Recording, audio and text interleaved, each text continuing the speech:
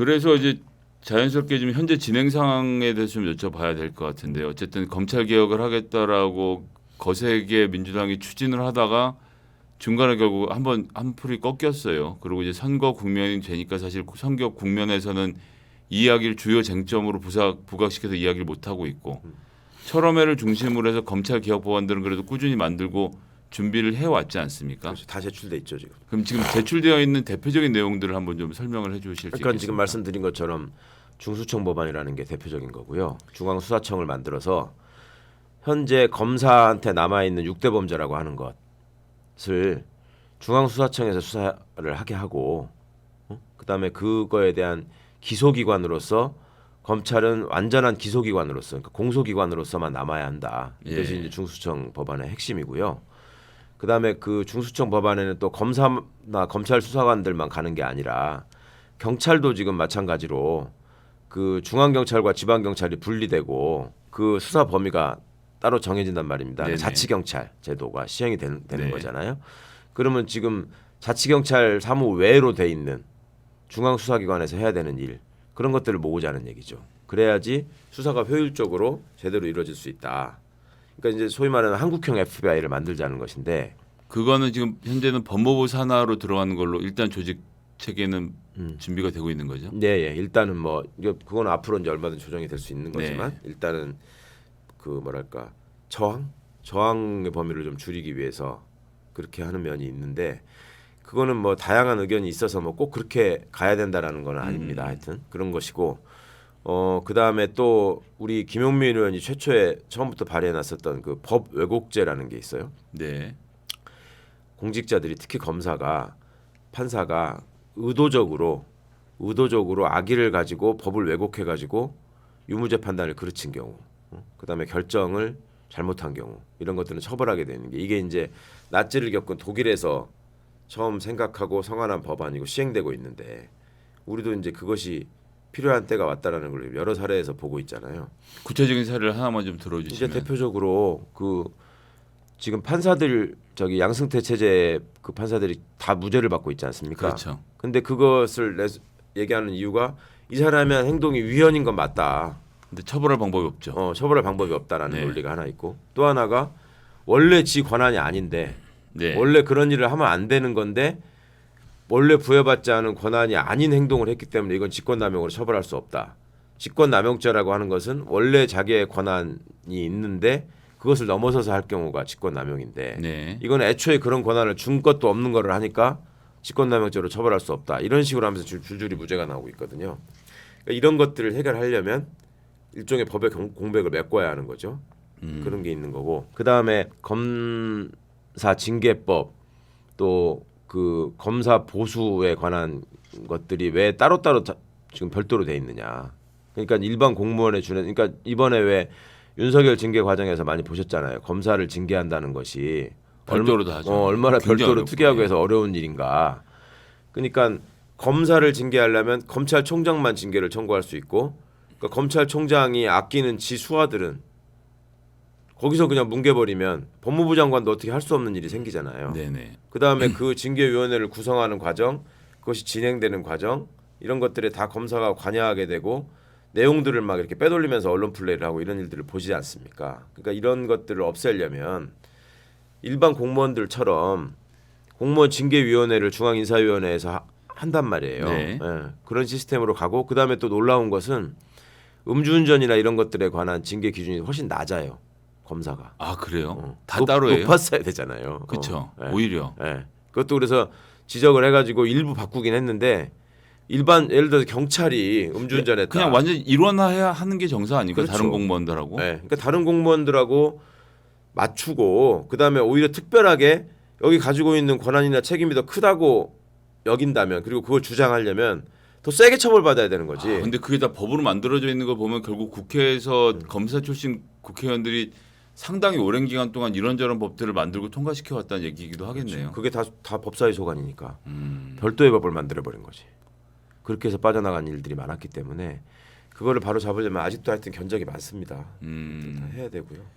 일단 그렇게 해서 지금 현재 뭐 철험회를 중심으로 해서도 그렇고 검찰 개혁 법안들이 쭉 성안은 되어 있는데 현재 성안 정도가 아니라 다 제출돼 있죠. 제출되어 발의돼 있는데 뭐 아직 논의가 제대로 이루어지고 있는 상태는 아니라고 봐야겠죠. 그게 이제 송영길 대표 이전에 이해찬 당 대표셨잖아요. 네. 아 이낙연 대표. 이낙연 대표. 대표 때 검찰 개혁 특위를 당내에 만들었잖아요. 그랬죠. 그래서 그게 이제 돌아가고 있었잖아요. 그리고 그때 그 윤호중 위원장이었죠. 그렇죠. 법사위원장으로서 그걸 겸하고 있었죠. 그분이 다스베이다 뭐 이런 데 나가가지고 말은 되게 세게 할 것처럼 들었었습니다. 6월 중으로 다 끝내겠다. 6월 말까지. 그게 금년 2020년 6월을 말한 거였어요. 2021년 6월. 예. 2021년 그렇지. 예, 예. 금년 2021년이지. 금년 상반기에 끝내겠다는 얘기였거든요. 그랬죠. 그리고 뭐 그거를 못하면은 뭐 우리는 아무것도 아니지 않냐. 뭐 이렇게 굉장히 세게 얘기했는데 결국 지금 아무것도 안 하고 있죠. 그때의 위원장이었던 분이 원내대표가 돼 있는데 그러면 원래 원내에서 법안을 처리하고 하는 순서나 뭐 이런 것들은 원내대표가 정하잖아요. 그렇죠. 굉장히 중요한 권한이죠. 그렇죠. 그러니까 이것이 보궐선거, 서울시장 보궐선거 뭐 전후 그다음에 대선 전후 이런 것들 이유로 들어서 지금 민주당 안에서 무슨 일만 되면 나오는 게 뭐 그렇게 얘기하면 조국 사태가 재현된다, 뭐 조국 프레임이 살아난다, 뭐 이런 얘기들을 하면서 지금 주저주저하면서 자꾸 뒤로 빠지고 있는데 중도층이 불쾌하면 안 된다 이런 거죠. 그래서 중도층 불쾌할 일은 하지 마 이렇게 지금 하고 있는 상황으로 근데 되어 그거를 있는 거네요. 중도층이 꼭 불쾌해야 되는 이유도 나는 잘 모르겠어. 음. 그거의 실체도 잘 모르겠고. 그러니까 중도층이 제대로 모르기 때문에 불쾌해할 수밖에 없는 거 아닌가요? 그렇죠. 그러면 중도층을 설득하려는 노력을 얼마나 했는지를 먼저 얘기하고 난 다음에 아무리 얘기해도 그런 거에 귀를 기울이지 않고 그냥 내 마음대로 살겠다라는 게 중도층이기 때문에 이건 어쩔 수 없다라고 설명하면 또 혹시 모르겠는데 그런 노력의 선행이 없이 그냥 막연한 중도층을 얘기한다고 하는 거는 글쎄요. 저는 중도층이라고 이야기했을 때 가장 먼저 떠오르는 장면이 2016년 탄핵 국면인데요. 탄핵 국면에 그 성남의 작은 시의 시장이 1톤 트럭을 타고 스피커 위에 올라가서 무슨 얘기를 하냐면 박근혜 탄핵 얘기를 해요. 그때만 해도 국회에서도 탄핵이가 안 나올 때고 탄핵이 섣부르다. 네. 이러다가 다 같이 망한다라고 이야기를 하고 있을 때였는데 이재명이었거든요. 이재명 시장이 올라가서 네. 그런 얘기를 했는데 그때 제가 봤던 재밌는 포인트는 뭐냐면 중도층에서 지지율이 치솟습니다. 그러니까 시장인데도 대선 후보로의 지지율이 치솟는데 이게 왜 치솟아 올랐냐 하면 그러니까 기존 정치에 대해서 염증을 느끼고 있던 민주당도 시원치 않고 국민의힘도 시원치 않다고 생각했던 중도층들이 야, 저 이재명 저거 하면 때려 없겠네라고 생각을 하면서 그 사람들이 지지를 잔뜩 하면서 이재명 시장이 당시 대권 주자로 급부상했다라고 생각하거든요. 그래서 중도층이라는 게 정말 이 가운데서 어정쩡한 중도층이 아니라 현실 정치에 대해서 염증을 느끼는 중도층도 전 충분히 있을 수 있다고 생각을 해서 저는 뭐 여론조사 전문가는 아니지만 그런 거를 좀 구분해서 설명해 줬으면 좋겠더라고요. 그러니까 중도층이라고 하는 게 그러니까 무관심층이 있고 그쵸. 정치 무관심층이 있고 그분들은 어차피 투표를 안 하는 사람들이잖아요. 그거 존중해야죠. 그냥 놔두면 되죠. 그렇죠. 그러면. 그것도 예. 민주시민의 의사로서 존중해야 되는데 정치 무관심층은 아예 어떤 이슈에 대해서 관심이 없고 파편적으로 알고 있고 네. 그러니까 그런 거 하나로 그냥 규정하는 것이고 결국은 뭐 내 삶과 정치는 별로 상관이 없기 때문에 내가 굳이 투표할 이유를 찾지 못하겠다 뭐 이런 분들이잖아요. 그러면 그거는 허수잖아요. 허수. 그렇습니다. 거기에서 나오는 숫자들은 실제 투표에 들어가게 되면 그러면 지금 소위 말해서 다른 차원에서 좀 중도층이라고 얘기하는 것들은 양쪽 다 마음에 들지 않는다. 양비론. 네. 네, 해당하는 분들이 있잖아요. 분명히. 그렇죠. 있죠. 그러면 그분들은 그동안에 그러면 어느 쪽을 마지막 순간에 선택해 왔느냐. 그분들은 되게 투표할 확률들이 상대적으로 높은데 그분들은 뭔가 그래도 확실하게 하겠다고 하고 해내는 사람들 쪽을 택하더라. 그런 거잖아요. 그렇죠. 내가 보기에 이것도 아니고 저것도 아니고 이거나 저거나 뭐 별 차이가 없는 것 같고 이런 거였는데 야 저런 지점을 보니까 저거는 확실히 다르네. 저 부분은 내 삶에 영향을 줄 수 있겠네라고 생각하면 가서 그걸 지지를 했었단 말이죠. 네. 그러니까 그런 부분들을 이렇게 너무 간과하고 있는 거 아닌가. 그리고 너무 하나로 취급해가지고 자꾸만 우리 지지층의 불안감을 자꾸 자극하고 있지 않는가. 그런 점에서 좀 불만입니다. 그런 의미에서 이제 결국은 지금 현재 뭐 여러 가지 조건상 당장의 민주당이 검찰개혁 법안을 전면에 들고 나와서 국회에서 싸울 것 같아 보이진 않고 어쨌건 모든 이슈는 대선으로 빨려 들어가고 있지 않습니까? 결국은 차기 정부의 과제로 넘어가게 될 것이라고 저희가 관측할 수밖에 없는데요. 아니죠. 그걸 이제 핑계를 대는 것은 현재까지는 대선 이후에 하겠다. 네. 대선의 성패를 떠나서 대선 이후에 다음 정부 출범 전까지 다 처리하자. 그러면서 이제 여러 가지 근거를 대요. 뭐 그때 이후가 되면은 법사위를 넘겨줘야 되니까 그 전에 해야 된다. 그런 거 저런 거를 감안하더라도 선거에 영향을 미치지 않고 개혁 법안을 통과시킬 수 있는 골든 타임은 그때다. 3월 중순부터 5월 말까지 하겠다. 이런 식으로 예. 얘기를 해요. 근데 그때 되면은 이분들 여태까지 해오던 방식으로 하면은 또 지방선거가 임박해 있으니. 아 그럼요. 어, 큰 영향을 또 미치니까 안 하지 되겠죠. 예. 또 하지 않겠습니까? 그러니까 관심들을 놓지 말으셔야 되고 우리가 이런 방송을 계속 해야 되는 이유죠. 하여튼 그럼에도 불구하고 어쨌건 현재로서는 뭐 이재명 후보가 검찰 개혁에 대한 이야기를 전면적으로 꺼내 들고 있지는 않는 상태입니다. 뭐 제가 생각엔 전략적 판단이라고도 볼 수 있다고 보는데 차기 정부에서 지금 말씀하신 이런 뭐 법안들은 이미 올라가 있고 이런 것들을 위해서 그 어떤 과제들을 좀 우선적으로 실천해야 될지에 대해서 조언을 그러니까 좀 주신다면요. 처음부터 끝까지 우선 일관되는 거는 검찰이 수사를 하고 있기 때문에 생기는 문제예요, 모든 게. 네. 그러니까 수사기관 외에 공소기관을 따로 만들었던 역사적 배경이라고 하는 것이 그 공소기관이라는 것 때문에 검사라는 직업이 탄생을 하는 건데 그 이유가 한 사람이 권한을 너무 많이 갖고 있으면 문제가 일어난다. 이게 이제 그러니까 판사와 검사가 탄생하게 된 배경이에요. 그러니까 옛날을 생각해 보면 원님 재판이라고 표현되듯이 왕이 모든 걸 권력자가 모든 걸 한 손에 쥐고 다 했잖아요. 그렇죠. 이제를 네가 알렸다 해가지고 자기 마음에 안 드는 사람은 목을 날린 거 아니에요. 근데 그게 형식적으로 국민들한테 아 이걸 내가 이렇게 한 손에 쥐고 하니까 이 사람이 타겟이 돼가지고 단두대에서 목이 잘렸단 말입니다. 이 사람들이. 그러니까 자기 보신을 위해서라도 그렇게 하지 않아야 되는 외양을 만들 필요가 있어서 중립적으로 판단하는 사람을 두겠다 하고 만든 게 판사고. 예. 그 다음에 야 판사한테 나중에 보내서 판단하게 하면 뭐해? 그 전에 다 주물럭주물럭 해가지고 모양을 만들어서 보내면 판사가 어떻게 못하더만 이런 얘기가 나오니까 그러면 수사기관이 그렇게 일방적으로 주물럭거려서 모양을 만들지 못하게 감시하는 걸 두겠다. 인권의 측면에서 법의 잣대로 이게 검사였단 말이에요. 근데 우리나라는 역사적으로 처음에 재헌의회에서 법을 만드는 과정에서 일제 경찰의 폐악질이 너무 크다 보니까 그리고 당시에 경찰의 위상이 너무 막강하다 보니까 이 경찰을 믿을 수 없으니 일단 당분간 검찰에다가 권한을 좀 집중시켜 주자. 이렇게 라고 한 시작이 게 된 지금 거고. 70년이 그냥 이대로 그렇죠. 와버린 거죠. 네, 그렇게 시작이 됐던 것이 4.19로 인해서 이주공화국에서 이거는 조정해야 된다라고 바로 얘기가 됐다가 5.16 쿠데타가 이루어지고 나서 독재 정부를 유지하는 데 있어서 물리적인 강압으로서의 군사력, 그 다음에 합법적인 폭력으로서의 검찰권, 이것이 독재자 입장에서 얼마나 효율적인 권한인가를 뼈저리게 느꼈기 때문에 이걸 고쳐야 될 필요를 느끼지 못하고. 그래서 지금까지 가장 특권층이 검찰과 군으로 예. 존재해 왔던 거군요. 그리고 가장 이상하게 운영되고 있는 게 계속 국방부하고 법무부였고 사람들의 인식 속에서도 국방부 장관을 당연히 군인이 해야 되고 법무부 장관은 당연히 검사가 해야 되고 이런 잘못된 생각이 자리 잡게 된 것도 다 뿌리는 거기에 있었던 거기 때문에 네. 애초에 검사가 가지고 있었던 원래의 지위와 원래의 모습으로 돌려놓아야 한다. 그것이 지금 검사는 공소기관으로 남아야 되고 수사를 하면 안 된다. 그렇게 얘기가 되는 겁니다.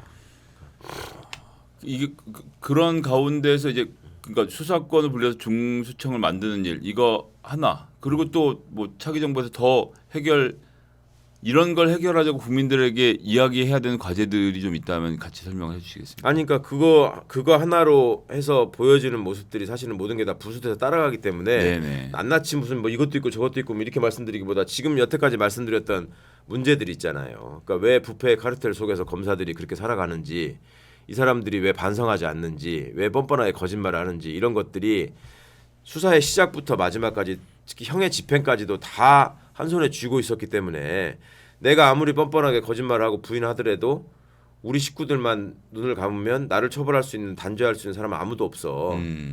그리고 우리가 재판에 회부하는 독점적 권한을 갖고 있기 때문에 우리가 보내지 않으면 판사는 할 수 있는 게 아무것도 없어. 이런 거였단 말이에요. 그러니까 그래서 공수처의 필요성이 있었던 거 아닙니까? 그러니까 이제 이런 제도들이 정착돼서 돌아가고 제대로 작동하기 시작하고 그게 작동하기 시작하고 하면서 이쪽에 권한이 확실하게 구분이 되고 그러면 이제 인력 조정이나 예산 조정이 당연히 따라가야 될 것이고 그것도 다 법률에 의해서 해야 되는 일이잖아요. 네네. 예. 그렇게 하게 되면 지금 보여지고 있는 검찰의 모습은 많이 달라질 수밖에 없다. 그리고 그것이 그렇게 하지 않게 되면 이제 그 일을 누군가는 맡아서 제대로 해야 될 텐데 그게 이제 경찰이 얼마만큼 할 수 있느냐는 문제를 정해야 되는 것이고 그것이 자치경찰과 분리되는 과정에서 이제 중앙수사청에 해야 되는 일, 그 다음에 경찰이 본래의 그 치안 업무라고 표현되고 있었던 그 일을 경찰이 또 제대로 해내는 일, 그 다음에 지금 특사경이라고 하는 특별사법경찰관이라고 해가지고 네네.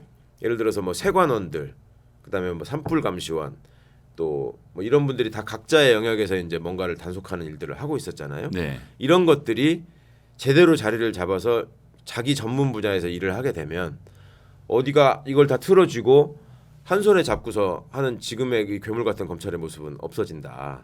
그러니까 그것만 없어지면 검찰 내 문제들은 자연스럽게 해소가 될 것이다. 그렇죠.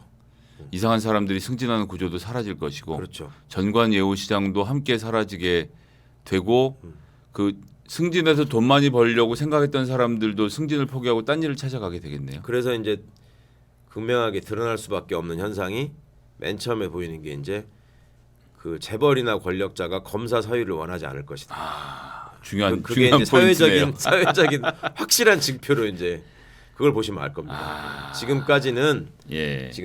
과거에 우리 때는 이제 마담 뚜도 있고 그랬잖아요. 예, 그럴 예. 때 돈 있는 사람, 권력 있는 사람이 우선적으로 부탁하는 게 검사 사위를 얻고 싶다는 거였어요. 판사 사위가 아니고.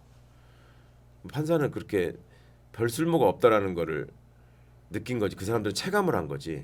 애초에 사건을 없애는 게 중요하지. 사건이 생긴 다음에 정리하는 거는 한계가 있더라. 이걸 느낀 거죠. 그래서 그렇게 검사분들이 부잣집하고 결혼을 해서 사는 경우들이 많았던 것이었군요, 지금까지. 그렇죠. 그 사람들은 현실적으로 어디에 힘이 있고 내 이권을 지키기 위해서 어느 부분과 결탁해야 되는지를 아는 사람들이니까. 그럼 결국에 차기 정부의 최대 주요한 과제는 중앙수사청을 만들고 현재 갖고 있는 검찰의 수사권을 옮기는 것. 이것을 핵심으로 해서 작업을 해야 될 것이고 이게 좀 초반에 이루어지면 그 외에 부수적인 과제들은 뭐 순차적으로 정리해 갈 수 있는 상황이 된다고 보시는 거죠? 그렇죠. 그러니까 지금 뭐 관련된 법안들이 대부분 다 제출돼 있기 때문에 네. 통과만 시키면 됩니다. 통과만 시키면 된다. 예, 예. 그럼 결국 민주당의 마음만 먹으면 되는 상태고. 그렇죠. 그리고 따로 뭐 공약하고 이럴 것도 없어요. 내는 다 해왔던 얘기이기 때문에 네. 그냥 개혁 법안을 통과시키겠습니다. 이러면 되는 거지. 그렇군요. 예, 거기까지 일단 말씀 듣고요. 저희가 마지막으로 좀 한 가지만 더 예. 이거 뭐 이제 논의로 해서 뭐 짧게 좀 여쭤보고 싶은 것은 이제 열린민주당하고 지금 민주당의 통합 논의가 시작이 됐고 뭐 중간 과정은 대표님께서도 여러 군데서 설명을 많이 하셨고 뭐 직접 설명도 발표하고 하셨는데 이 어쨌든 열린민주당의 지금까지 이런 활동을 다 지켜보셨던 분들 입장에선 이런저런 불만도 지금 갖고 계시고 또 뭐 의구심도 갖고 계시고 이게 3명밖에 안 되는데 들어가서 잘할 수 있을 것이냐 뭐 이런저런 말씀들이 많으신데 열린민주당의 애정을 갖고 계신 분들께 한 말씀만 좀 더 부탁드리겠습니다. 일단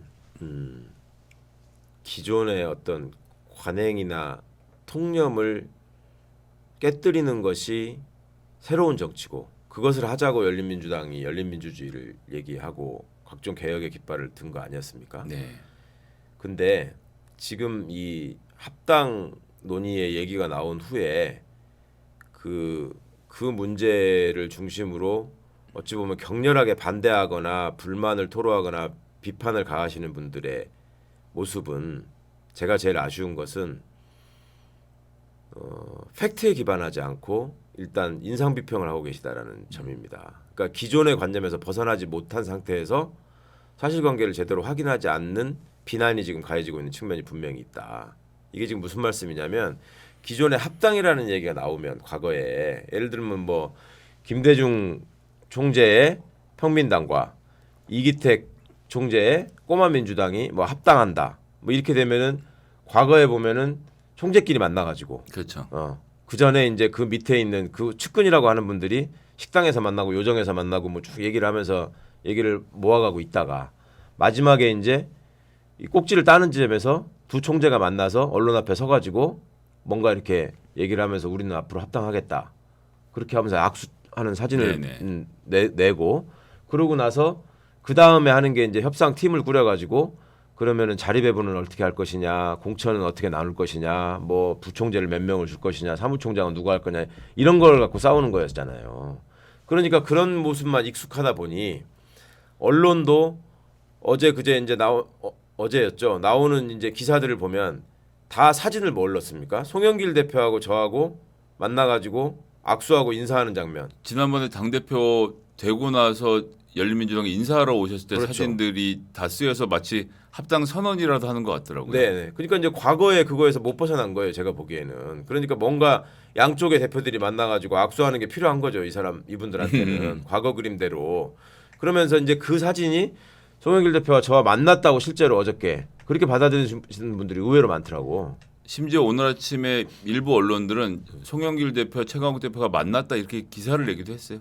아 기사까지. 예, 중앙일간지에 지면에 박혀 있습니다. 보다가 어이가 없어갖고 제가 전화를 했다고 심지어 논평까지 냈는데도 그렇게 열심히 예. 얘기를 해줘도 자기들 하고 싶은 얘기만 하고 그리고 뭐 물밑 작업이 그 동안에 이루어졌던 것 같다 뭐 이런 식의 그러니까요. 추측성 얘기들도 예. 많이 하고 그러면서 이제 앞으로 협상팀에서는 그러면은 뭐 탈당했던 사람들의 문제를 어떻게 할 거냐, 뭐 공천 문제를 어떻게 할 거냐, 당명을 어떻게 해, 이런 얘기를 할 것 같다라고 이제 얘기를 하잖아요. 그게 그렇죠. 이제 과거 정당의 합당 모습을 염두에 두니까 그 얘기만 자꾸 반복하는 거고 이거에 대해서 일종의 배신감을 느끼면서 반대하시는 분들은 왜 우리한테 상의도 하지 않고 지금 그런 모습으로 가느냐라고 말씀을 하시는 게 주요 포인트라고 지금 느껴지는데 네.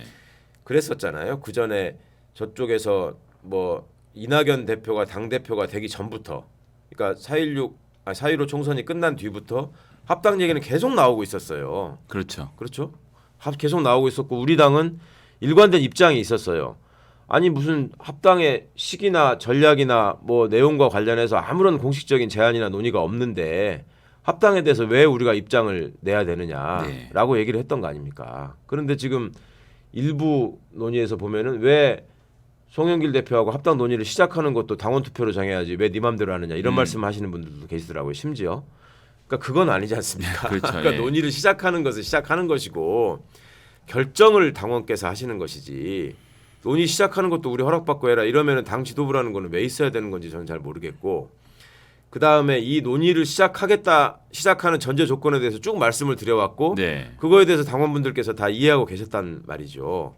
그러니까 지금의 과정은 대변인께서 그 절제된 논평을 통해서 여러 번 얘기했지만 합당 논의를 시작하는 것이고 합당 논의가 진행되는 과정에서 이제 주로 논의돼야 될 것은 이 가치, 열린민주당이 표방하고 있다 가치가 어떻게 제대로 민주당 내에서 꽃피우고 살아날 수 있을 것이냐가 중점이 돼야 되는 것이고 그 다음에 열린민주당과 민주당이 합치는 과정을 통해서 합치는 논의를 통해서 양쪽이 가지고 있었던 일종의 차별성이 있다면 그것이 극복될 수 있느냐를 논의를 해야 될 것이고 네. 그것이 전제가 돼서 당연히 대선 승리, 그러니까 대선 승리는 어떤 특정인의 승리보다는 우선적으로 지금 논의돼야 될 거는 저 과거로 회귀하고자 하는 저 퇴행 세력을 어떻게 막아낼 것이냐, 어떻게 막아내는 것이 가장 우리한테 효과적인 방법이냐, 네. 그거와 관련해서 합당은 어떤 의미가 있는 것이냐 이런 것들을 논의하는 과정이 지금 시작됐다는 것이지 합당을 하는 것으로 지금 딱 전제하고